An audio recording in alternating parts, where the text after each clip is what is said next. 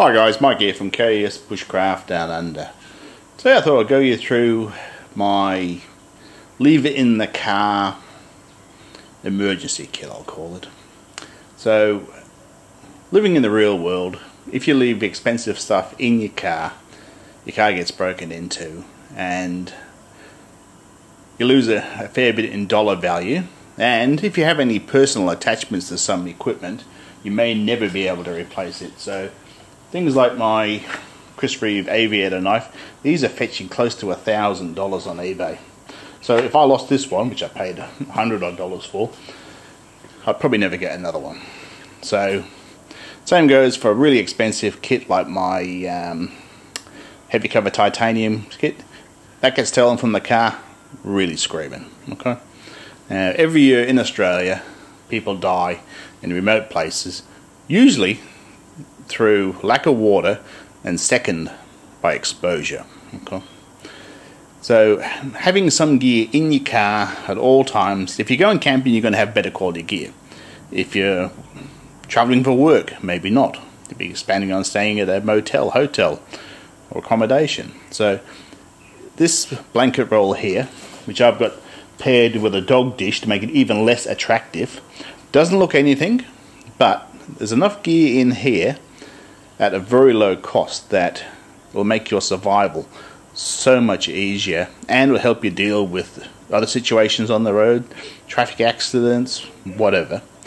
There is just enough gear in here without a huge dollar investment to get you out of trouble. Okay. Now, in my opinion, anywhere out of the city, people should have water in the car. So, and in more than one container. Whether it's in pop bottles or it is in a container, always have it, guys. Anyway, I'll give you a look inside here. Okay guys, let's get into what I've got in this blanket roll. So queen size blanket, 100% wool, got from the thrift store in the dog box for $5 Australian. Absolutely screaming pickup. So the uses of the blanket are just limitless. So it's warm when it's wet, ground sheet, I can just go on and on. So a real winner, and it doesn't look anything, okay? That's important. Inside of that, I've got, from left over from my ultralight days, a poncho / tarp shelter. Makes a better poncho than it does a tarp shelter. It's a bit minimalistic. But it's there, it's got bits of cord already tied on it, and really handy to make a quick shelter, or if you're going to walk out in the rain. With a knife I can cut a poncho slit into this blanket and put that over the top, and I've got a warm and dry system. Above that I've got a fully cotton shimag. So head covering, water filter, endless opportunities. Now, some method of carrying water, I've got this Australian Geographic, that sort of dates me. It's a wine cask bladder inside. Folded up like it only holds almost a litre. Unfolded, it holds nearly 4. So, a good way, if I need to move and transport water, got it. Now, I've got 4 cheap tent stakes. I mean, I can soon make tent stakes because I've got a knife. But, quick and easy. And when not carrying this on your back, of course. I've got 2 12-hour glow sticks. Now, having a good light source that's totally reliable, really important. Now, recently a young lady died because she ran out of fuel, and dark clothes, dark night, dark dress, and he was hit by a driver who wasn't expecting to see someone on the road. So something like that could have saved a life. I've got a Mora, I think it's a Robust. Yeah, good solid blade. I'll never have to worry about it rusting, and it can live happily in this bedroll forever. So, Trangia small mess tin. One of those things I've bought. None of this was ever been used. Normally I hold my survival kit. We'll get into that in depth. So, moving over, I've got a couple of preloaded coffee filters, because even in the survival situation we don't need to go to instant coffee.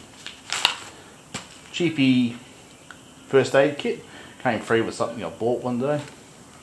A super duper MIDI light. So these guys absolutely top notch. I used to use them all the time when I was caving.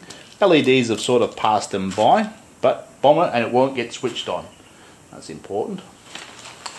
So I've got a litre of soup, and I've got some long life pre-cooked sweet chili and lime rice. So a big carbohydrate hit and a hydration hit there. It's important if you're going to have to hump it out. Cord, never have enough cord. So different diameters, even just a ball of jute twine. I've stuffed the centre full of cotton balls so they can be used in the first aid or as a fire lighter. I've got a little first aid fishing kit, also got fishing line in it. A bar of soap. Okay. So that's basically it. So I'll pull this apart for you guys to have a quick look. Now none of this is frontline gear, none of this I have any sentimental attachment to. If it gets taken from the car, I can suck it up. Okay. So I'll get this open and we'll show you in there. Right. So in my tin I've got a emergency Esbit stove and 3 fuel tablets. So combined with my mess tin, I can heat up my rice, make my soup, boil water for coffee, and even though 3 tablets will only get you about a litre and a half boil on a good day, save them until you really need them. Okay, I've got half a dozen of these Tinder Quicks. These are brilliant. You can cut them in half, double use. A couple of tampons, obvious uses. Some super glue. Some eye drops. If you something in your eye, there's nothing worse. It seems I've doubled up on pencils, so one of those can go. Matches, obvious. These are waterproof. Okay. The compass. That's simpler to read, still works fine, it's free from bubbles. It's a Brunton one, so it's quite a reasonable one. A spoon, obviously for eating with. Some more Tinder Quicks, a little bit more cordage. One of the cheapy magnesium block fire starters, really good. These were a couple of dollars out of China, but they do work.